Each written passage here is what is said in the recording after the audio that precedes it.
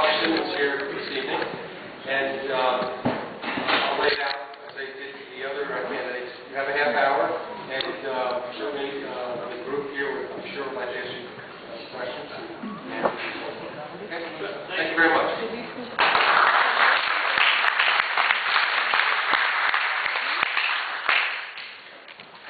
One or two brief comments before I begin.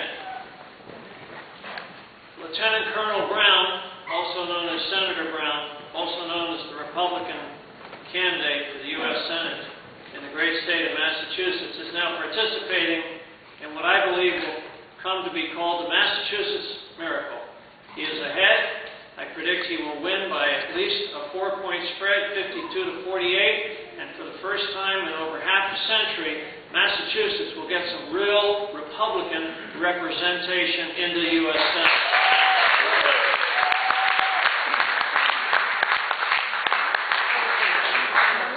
Speaking as somebody who was honored to be the first Republican in the history of the 2nd Congressional District, which is all of eastern Connecticut, the first Republican to be elected in 3 consecutive terms, the first one in half a century, we as Republicans have to take to heart these historic moments. They are important, and I hope that they will repeat themselves in the future, in particular in the future this fall here in Connecticut and elsewhere across the country.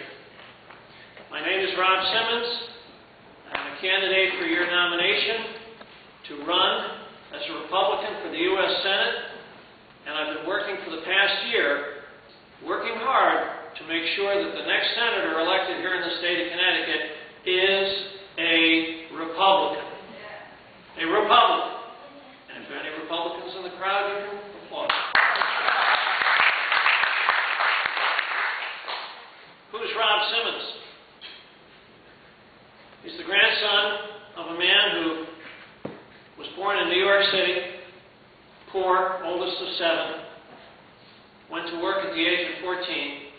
His father was an immigrant from Ireland, driven out during the Troubles, who never finished school, never went to college, but at 18 joined his father to create a family business, to take advantage of the opportunities that were offered to him in the United States, opportunities offered by free enterprise. The business prospered.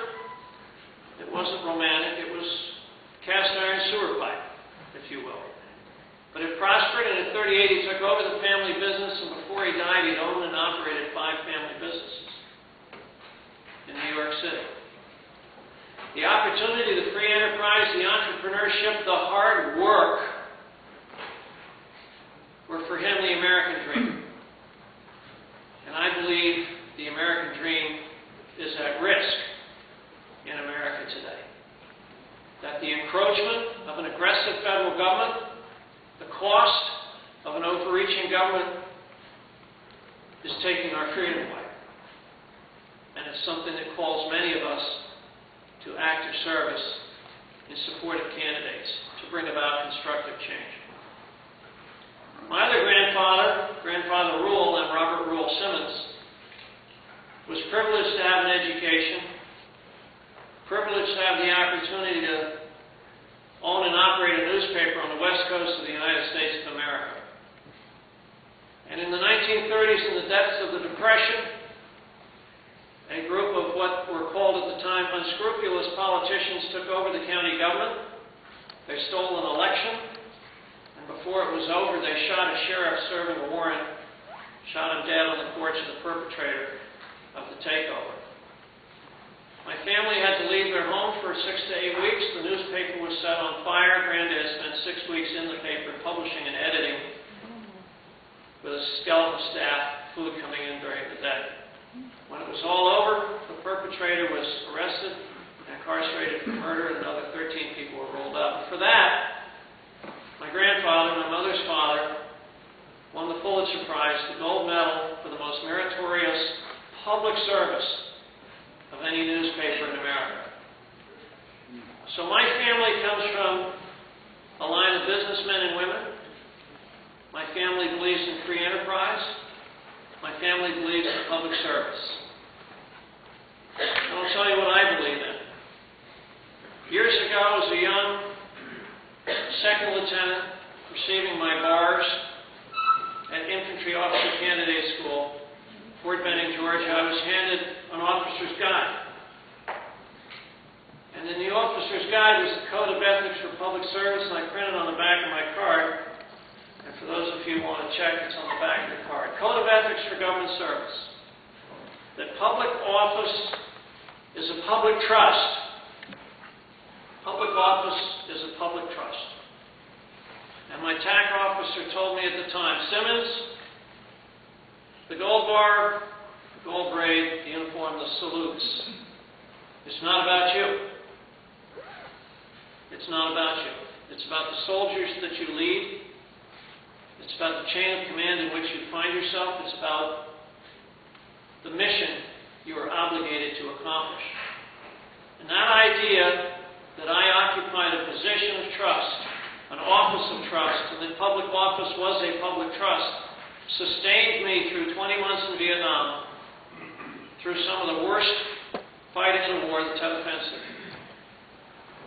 It sustained me in 10 years with the Central Intelligence Agency, operating overseas and undercover on difficult and dangerous jobs.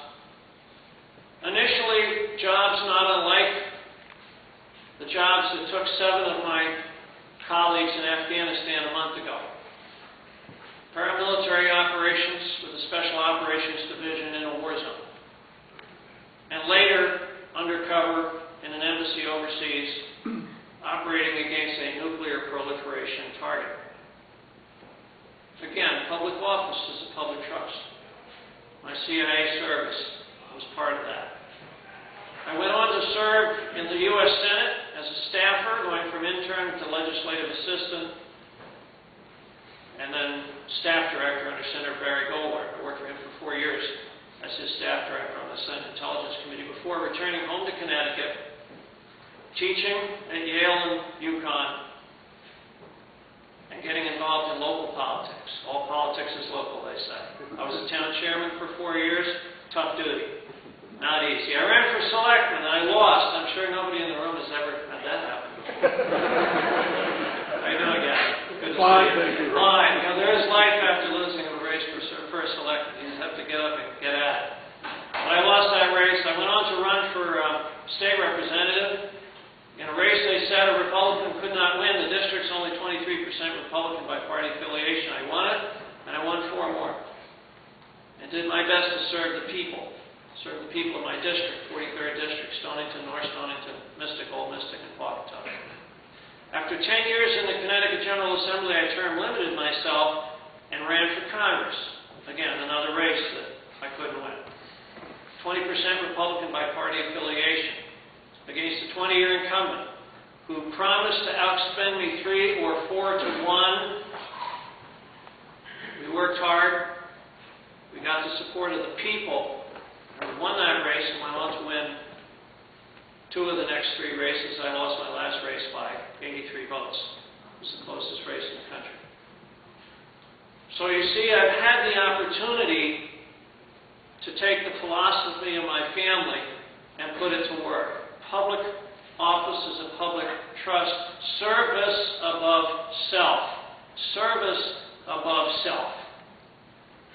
And I guess if I look at this race now, I look at the last year when Senator Dodd was considering a run for re-election to extend his 30 years to 36 years.